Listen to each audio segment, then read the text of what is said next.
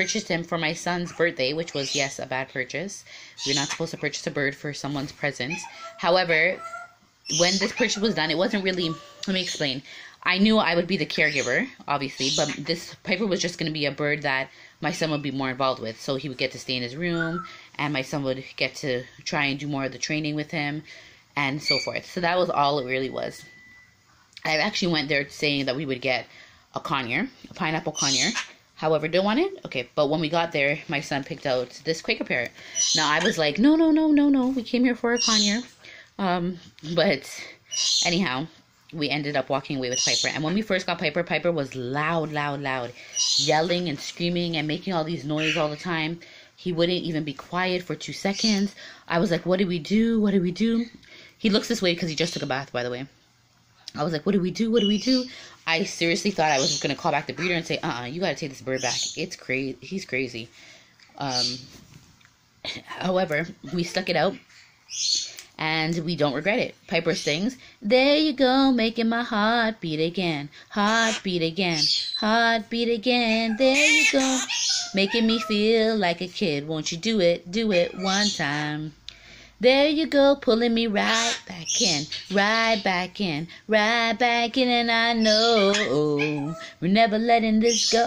I'm stuck on you. Whoa, stuck like glue. You and me, baby, we're stuck like glue. Okay, he's not jumping in, and I can't sing, so I apologize for hurting your guys' ears for that for that 2 seconds there.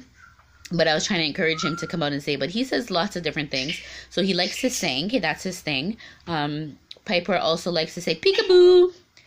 And he knows peekaboo. That's my African gray in the background. Piper, peekaboo. I see you. He's mad at me. Piper's not a fan of showers. Like, literally not a fan of showers. So that was a hard thing for us to just get done, right, Piper? And he's trying to dry off, and he's mad because I have him here on camera instead of letting him dry off in peace. So anyhow, yeah, Quaker Parrots. I absolutely love having a Quaker. Now with him, you do have to be, one of the major complaints that everybody complains about with a Quaker is that they are loud. And yes, they are loud. When they are babies, I find, or when they go into a new home, they make these obnoxious noises, and you're thinking, oh my gosh, will this bird ever shut up? Oh my god, it's gonna stay here and make all these noises all this time. Honestly, like I tell everybody else that ever talks to me about a Quaker, I tell them, stick it out, it's worth it. He's worth it. He knows tricks.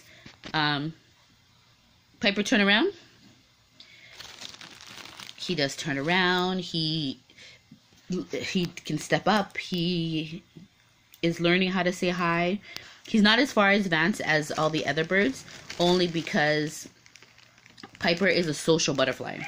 So when I say that, I mean he wants to fly to the other birds' cages, and oh, he lets them out. I'm going to show you guys. We're going to have an episode come out called Prison Break, bird edition, because he lets all my other birds out of their cages all the time, even when he shouldn't. Right, Piper? So yeah, this is our Piper. He's our Quaker, and he's a big mouth. Definitely a big mouth, but we love him anyways. And the quaking, the sound that they make when you first get them, where they're constantly making noise and you're thinking, oh my god, this bird's never going to be quiet, does stop. I don't know how long, I don't remember how long it took for him to stop, but it does stop. And now that he stopped, he replaces that sound with words.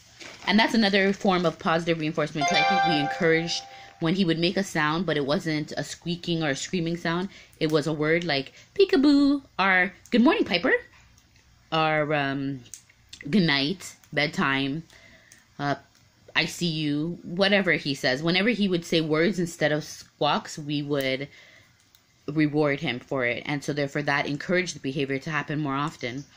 And that was how we actually end up decreasing the screaming. And it wasn't really anything that needed, like, it's not like we decreased, we didn't do anything. Like I said, he just eventually stopped making the squawks and he just started talking.